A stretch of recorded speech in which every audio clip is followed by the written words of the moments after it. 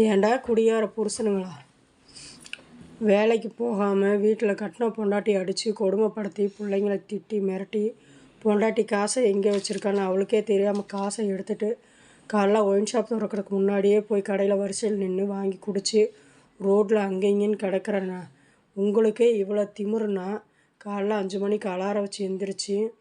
அரிசியும் புளியும் ஊற வச்சு சிங்கில் பார்த்தா அவ்வளோ ஜாமான். சரி சத்தம் போட்டு விலைக்கு கழுவுனா பிள்ளைங்க எந்திரிச்சிக்குமே அப்படின்னு சொல்லி சத்தம் இல்லாமல் விலைக்கு கழுவி பிள்ளைங்களுக்கு என்ன பிடிக்கும் புருஷனுக்கு என்ன பிடிக்குன்னு பார்த்து பார்த்து சமைச்சி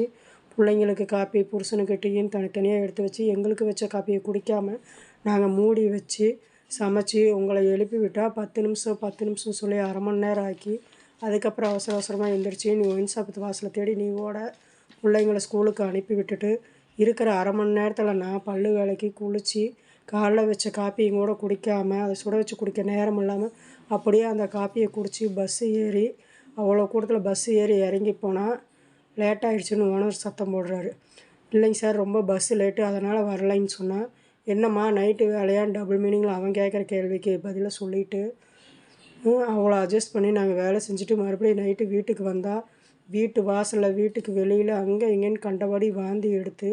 வீட்டை நாரடித்து அவ்வளோ இது பண்ணி கிடக்கிற உங்களுக்கே இவ்வளோ திமிருன்னா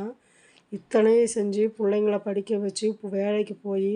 எல்லாம் வெளில இருக்க அத்தனையும் சமாளிக்கிற எங்களுக்கு எவ்வளோ திமிரு இருக்கணும்.